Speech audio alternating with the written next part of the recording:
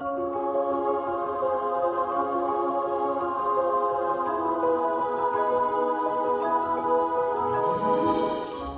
and welcome to Disney Travel Tales, a podcast that allows you to immerse yourself in someone's recent Disney trip. I'm Jenny, and I'm so happy to be here with you talking about my favorite thing, Disney trips. Join us every Friday as we explore the parks or cruise ships with a new guest and learn inside tips and tricks to hopefully help make your vacation go a little smoother. Make sure to subscribe to the show wherever you are listening so you never miss a new episode, and I would love it if you left a positive review on Apple Podcast or Spotify. This is the easiest way to support the podcast. Another way to support the podcast is to use me as your travel agent at no cost to you. Email me at jenny@trolleylanetravel.com. Let me do all the hard planning while you sit back and count down the days to your vacation. Okay, so let's get going with today's show.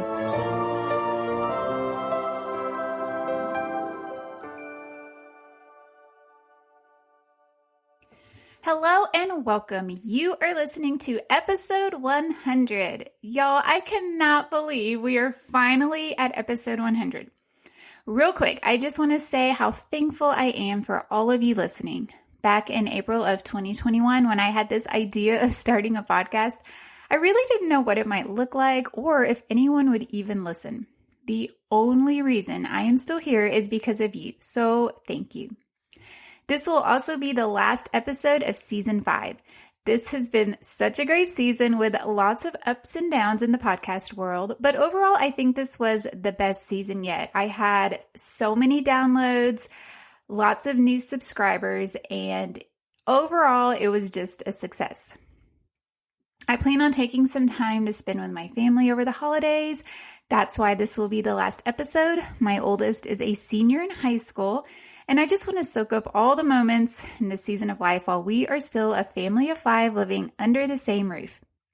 Season 6 will be back probably in early February, so if you are traveling anytime next year and want to be on the show, please see the show notes for the contact form. I've already heard back from some of you, and I'm excited to have you on the show to share your travel tale. Right now, I am looking for at least 2 more trips for January and probably about 4 trips for February.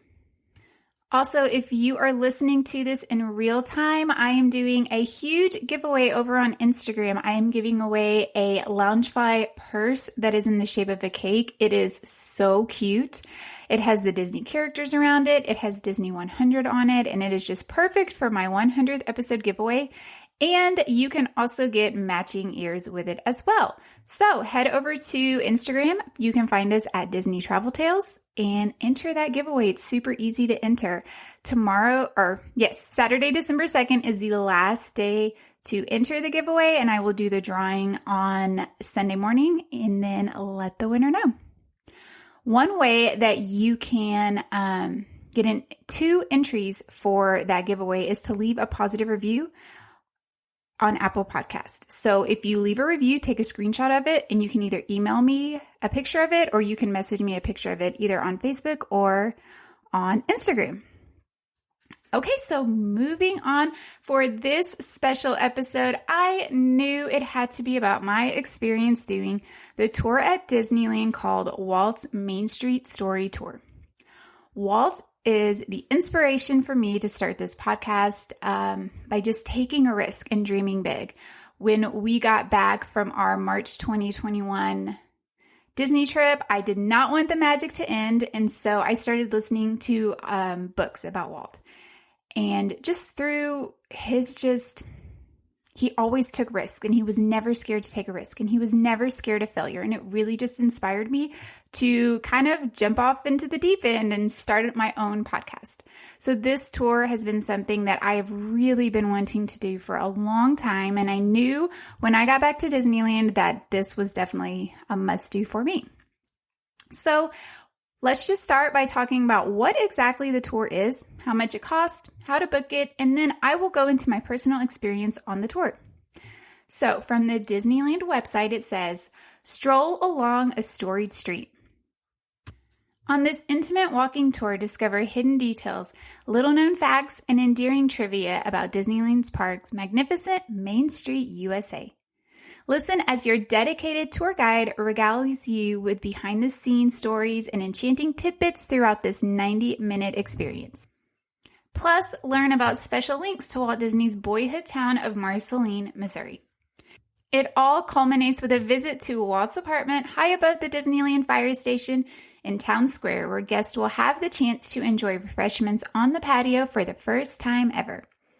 This experience includes a walking tour down Main Street, USA, a visit to Walt's legendary apartment, refreshments on the apartment patio, PhotoPass photos of your party with complimentary digital downloads. Know before you go. A required park reservation and valid admissions for the same park on the same date are required for each guest ages 3 and older and are not included in the price of this experience. Park reservations are limited, subject to availability, and not guaranteed. When you make your reservation, a credit card must be provided at the time of your booking, and you will be charged the full tour price. Reservations can be made up to 60 days in advance and are highly recommended. Same-day bookings up to 20 minutes prior to the tour can be made on a limited basis and are subject to availability. So when you check in, guests should check in 15 minutes prior to their reservation time at the check-in location, which is the Tour Gardens on Main Street, USA. Each person in the party must be present upon check-in. Late arrivals may not be able to join the guided tour. Please be prepared to present your reservation confirmation, your photo ID, and the credit card provided at the time of booking. Guests younger than 14 years of age must be accompanied by an adult 18 years of age or older during the entire experience. So hours of this tour run daily from 9 to 11 a.m. and then 12 to 2 p.m. The tour costs $160 per person, ages 3 and older. You can book this tour on the Disneyland website, or if you're using a travel agent to help plan your trip, they can book this for you as well. Okay, so now on to my experience. I had the pleasure of taking this tour with my good friend Leah, and she is also a huge Walt fan. She grew up in Southern California and loves Disneyland, and so when I knew we were traveling together, I reached out to her and was pretty much like, yeah, we have to do this tour. And she was very excited to join me. So we decided to do the early tour just because we wanted to have the rest of the day at the parks since we were on limited time for our park days in general. The location to check into the tour is very easy to find if you just go into the main entrance of Disneyland Park. Once you walk under like the tunnel with the railroad runs above you, it's going to be on your left. And there's signs, there's a little check-in booth. I checked in for her. She actually went and grabbed a Starbucks. They were fine with her not checking in with me. We were probably 20 minutes early to check in, and they give you a little name tag. They did ask for my ID. They did not ask for a confirmation number or my credit card, just my ID. And then they give you a cute little name tag that says Walt's Main Street Story Tour and has your name on it. There's some tables there, so I just sat down at one of the tables, and our tour guide actually came over and introduced himself to me. He was really, really kind. He was very young, and he was a new tour guide on this tour, but it was great. He came over. We kind of just talked about different tours that I had done. He kind of told me a little bit about himself, and he is from Southern California and always wanted to work at Disneyland and kind of just got a job and worked his way up to be able to do this tour. Once the tour started, they called us all over. Now, some tours at Disney, you get little earpieces and the guide will talk through a mic, and so it's easier to hear. This tour did not have that. He just kind of, and it was definitely a smaller group. I think there were 6 of us on this tour. And he just kind of gathered us in a small circle. And as we walked down Main Street, we all just kind of stood close to him. Whenever he would talk, we would actually stop. He didn't do a lot of walking and talking. But the main part of this tour, or for this tour, you were only on Main Street. So it's not like you're going to be walking long distances as it is. Main Street at Disneyland is not very big. And so I think it worked well for this. I have been on other tours. I did Keys to the Kingdom in Walt Disney World where we did have the earpiece. There is a lot more walking on that tour, and she does talk while she walks. So that was kind of necessary. But I didn't feel like it was necessary on this tour. We did have a couple of people who, I don't know if they had a hard time hearing, but they would ask him to speak up. And whenever they did, he did speak up, and it was great. So when we first all gathered together as a group, we went around and kind of introduced ourselves and our experience with Disney, which was really fun. One of the couples in our group was a mother and a son, and they had been to so many of the different Disney parks. They had been to Tokyo Disney, and they told us about that. That was their favorite park they'd ever visited, and so it was really fun to get to talk to them. He had also worked at Walt Disney World in Florida, so that was really interesting. One of my favorite parts of this tour was just interacting with the people that we were with, and it's just such a special experience, and I'm assuming only people who really love Walt and Disney history would do this tour, and so it's just fun to be surrounded by people who just have that same love and passion and interest that you do. Our first stop on the tour was at the flagpole. There's a plaque there that kind of talks about the day that Disneyland opened. So our tour guide, kind of talked a little bit about what opening day was like at Disneyland, which if you're not sure about it, you need to go look online and read some stories about it. It was absolutely insane because the park was barely even ready to open, but Walt had set a date for opening day and he was not going to change it no matter what. So it's a great story, and he kind of goes in and talks a little bit about what it was like. He kind of talked about from cast members that were working that day, their experience with it and just all the chaos and how great it was.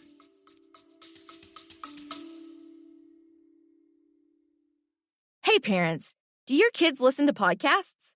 Do they like solving mysteries and flexing their imaginations? Mysteries at Riddleton Elementary is a new children's mystery podcast. Your kid can join Billy Bonanza and Susie Sockington on exciting and wacky adventures as they attempt to solve mysteries around their school. Mysteries at Riddleton Elementary is available now on all podcast platforms. Then as we're walking kind of into Main Street, he started telling us about the different windows on Main Street.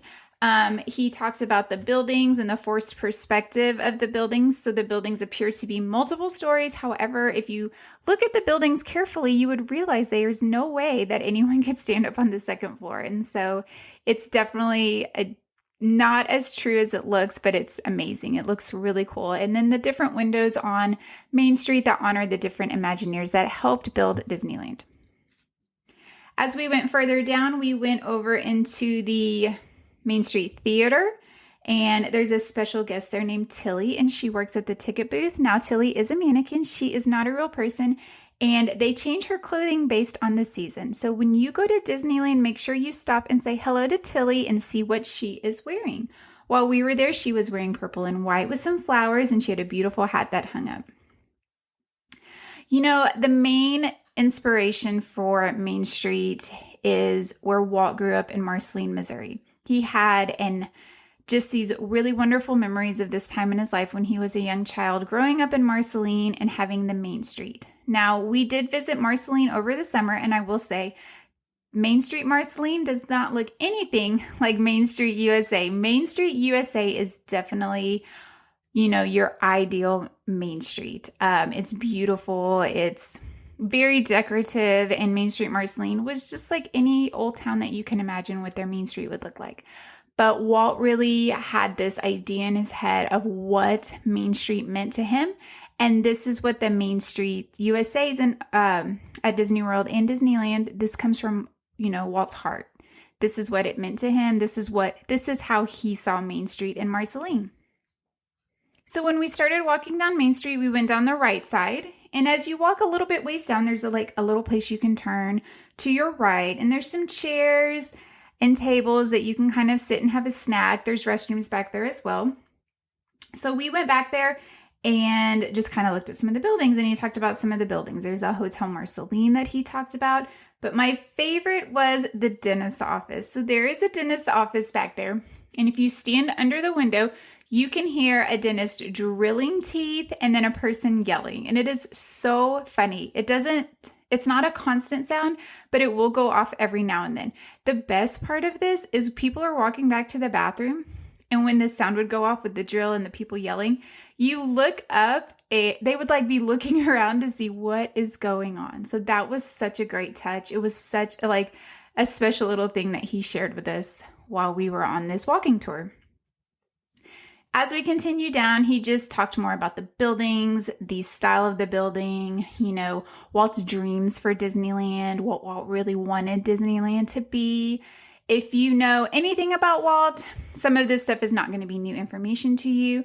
He did talk about, different cast members' experiences again with working at Disneyland in the first few years, working with Walt, guest experiences meeting Walt, because Walt was always at the parks. This is why he had an apartment there. He would spend the night there.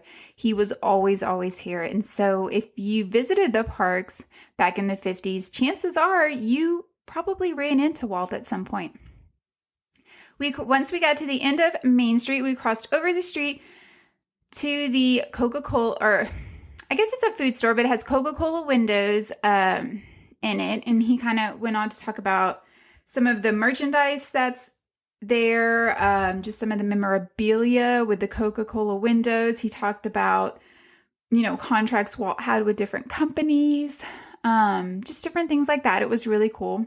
He gave us on the way little quizzes about things, did you know this, or did you know this, or, he would ask us a question, and then we would kind of choose from the answers. And then we just continued down Main Street looking in the windows at the different shops. One thing that is kind of a little bit deceiving on Main Street is down the left side of Main Street. It's actually one giant store, but it looks like different buildings because each building has a different, door with a different name, but it's actually just a giant store that you can just walk through all the way down, which is pretty cool. So then we got to the end of Main Street, walking back towards the entrance, and we came to the part that everyone was waiting for, and that was to go up to Walt's apartment. Walt's apartment is right above the fire station. It's kind of famous for always having a lamp lit in the window. And legend has it that when Walt was at the apartment, the lamp was on, and when he wasn't, the lamp was off. So before we went back, we had to kind of go over some ground rules. We were not allowed to touch anything. We were only allowed to stand in certain parts of the apartment, and we were not allowed to have our cell phones out for any reason whatsoever, because you cannot take any pictures or video while you are up there. There is a PhotoPass photographer that comes in and takes a picture of you in the apartment, but that's it. So we went back. We walked up this outdoor staircase, on the back side of the fire station, and went into Walt's apartment.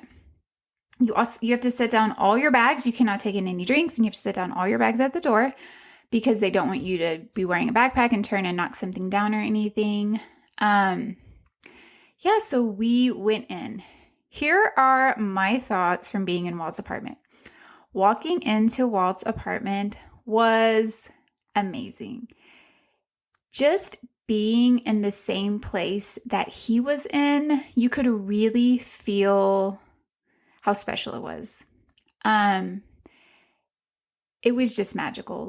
I don't really have any other words to describe it. This is something I've been wanting to do for a really long time, and just being there and actually getting to experience it was absolutely amazing. The things that I thought was funny is the apartment smells very old. I was kind of thrown off with that. It definitely has that really old smell. Like when you go into an old house or, it smelled really old, which was so funny to me. Something that I was a little bit, I wouldn't say disappointed, but that I think is kind of deceiving for some people is he mentioned that a lot of the furniture in there wasn't actually Walt's furniture. So a lot of Walt's actual personal belongings, his kids took, and they're at the Walt Disney Family Museum in San Francisco, or his kids had them. And so they kind of did replica of the furniture. So it was a replica couch, replica chairs, and there were pictures of Walt and his family in there, which, were his pictures and stuff. They had, there was a section where they had a shelf with toys for his grandkids could come in and play. Those were not his grandkids' actual toys. These were, just toys from that time of life.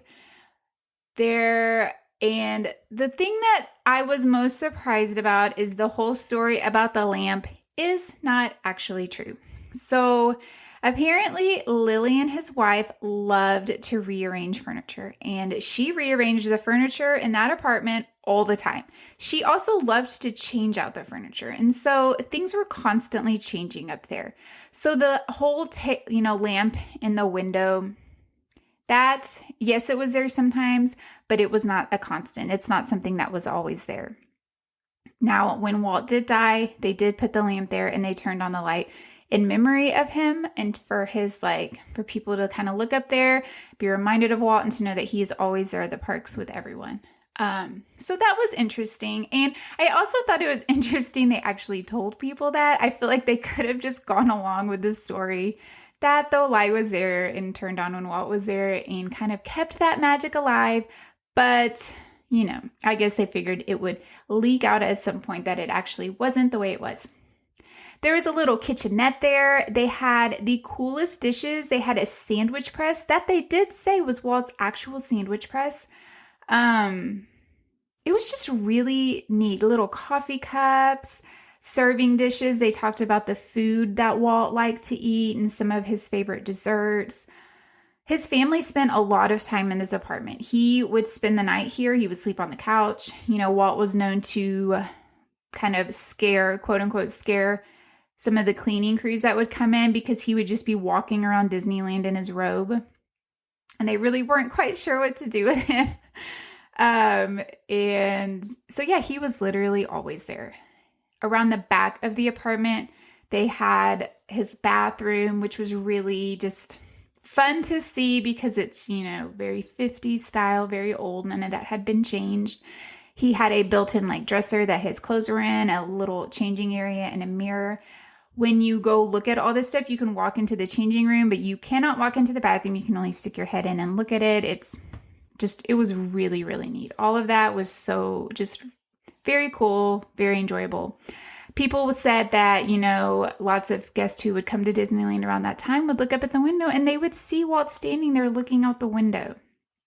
And I just think that's so special. My dad actually visited Disneyland in the 50s, and I've even told him, I'm like, Dad, you could have seen Walt. That's just so cool. He was probably there when you were there. And my dad was just a kid. So he's like, yeah, he probably was. Didn't really think anything of it. But just the thought of my dad being in the park when Walt was there is pretty, pretty cool. So after we spent some time in the apartment looking around at things, the PhotoPass photographer came in. They took our picture over by the lamp. I will put a picture of that on my Instagram page. I will also put pictures I took some pictures while we were on the tour. I will also add those as well. Again, there are no more pictures of inside Walt's apartment. If you want to see it, you must do this tour so you can get a chance to see it. After we got done inside, we went out. He had a little balcony, so we went out to the balcony.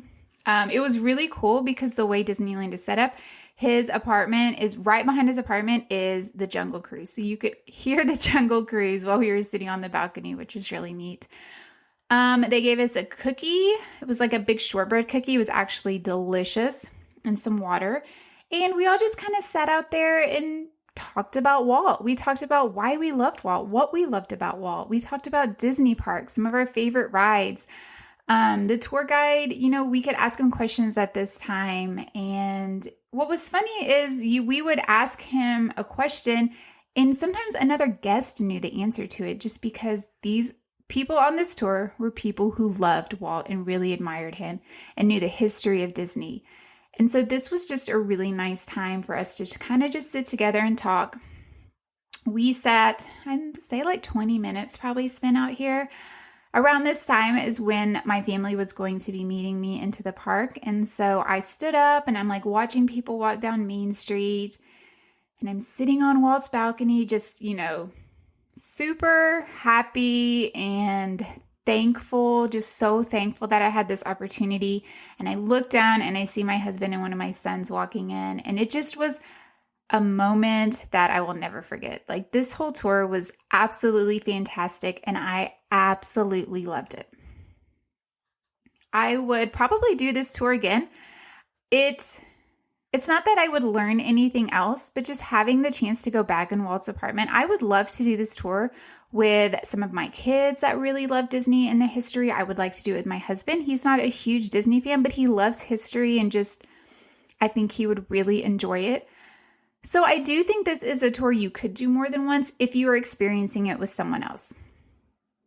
I don't think that this tour would be good for kids. It is a lot of talking. It's a lot of walking. There's not a lot of action going on while you're on this tour. And so I think a small child might be bored with it.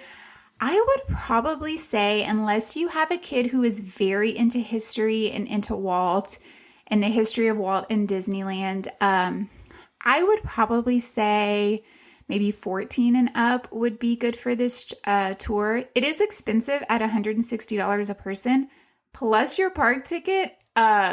And I just think it might be wasted on a younger child unless they just had a huge, interest in Walt. I will say the 90 minutes that this tour runs went by very, very fast.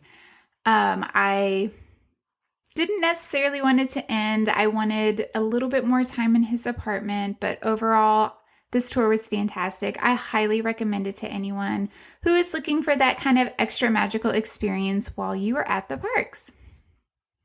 My most magical moment, obviously, is going into Walt's apartment. It was just something I will never forget. And I didn't have a least magical moment on this tour. The whole tour was perfect. The tour guide was so funny. He was really kind and just a great, great tour guide. And again, when you are a fan of Disney, talking to other people who love Disney, it just feels so, so good. If you have any questions for me about this tour, I would love to start a conversation with you about it. So you can email me, you can find me on Instagram or Facebook, you can message me. I would love to answer your questions. I've been on other tours as well. So if you have any questions about other tours at the parks, reach out to me and let's get this conversation started. And again, I just want to say thank you so much for listening. You really have no idea how much it means to me when people email me and tell me that they've started listening to the show and they're enjoying it. It makes my day. I absolutely love it. I love hearing from my listeners. Being on this side of the mic, sometimes you wonder if anyone is listening. And so it's just so great to hear from you. I've had such a great time having guests on my show that are listeners. Like, that to me is the absolute best. I hope you have a great rest of your year, and I look forward to being back with you in 2024. When was the last time you visited a Disney park? For many adults, it's been a really long time. I would love to help you fix that situation. As a travel agent specializing in Disney, my job is to make sure your vacation can go as seamless as possible. All of my services are complimentary to my clients. Yes, you heard that right. I'm free to you. These services include helping you from the start finding the perfect resort to fit your needs, handling all the bookings and reservations, helping to teach you about the parks, because if it's been a while, man, have they changed. I have insider tips and tricks I share with all of my clients, and I will be your single point of contact throughout your entire trip, even while you are there. Don't wait another year to visit a Disney park or go on a Disney cruise. Let this be the year you finally go. Email me at jenny@trolleylanetravel.com to get the conversation started, or see the link in the show notes to fill out my quote form. All listeners that book a trip with me will receive a $20 gift card to use on their trip. Just make sure you say you heard this on the podcast. Okay, now back to the show.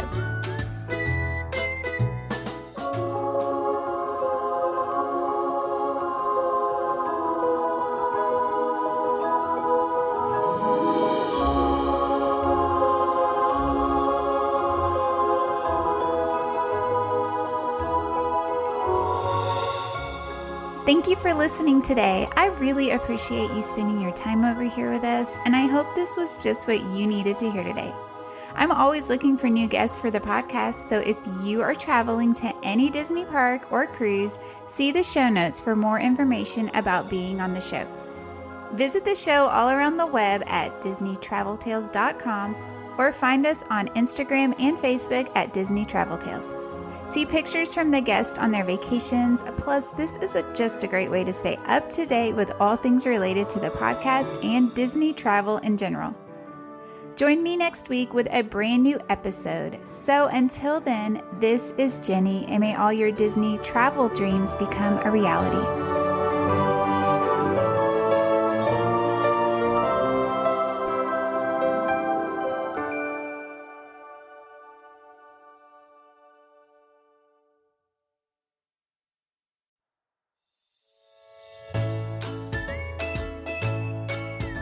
Hi, this is Jenny, just popping on with some exciting news. I've started a Facebook group just for you. I'm really excited about this because not only will this be a great opportunity to get to know each other, but this is also a safe space to talk all things Disney. Members can share travel tips, resort tips, likes and dislikes, and the best part is this will give you an opportunity to talk to the guest on the show and ask them questions about their trips. I was trying to think of a fun name for us, and Disney Travel Tales Podcast Clubhouse came to mind. This is a private group, and of course, I will not allow anyone to be bullied or talked down to. I just want this space to be positive and fun. Check the show notes for a link to join, or just search Disney Travel Tales Podcast Clubhouse in Facebook. I can't wait to see you over there.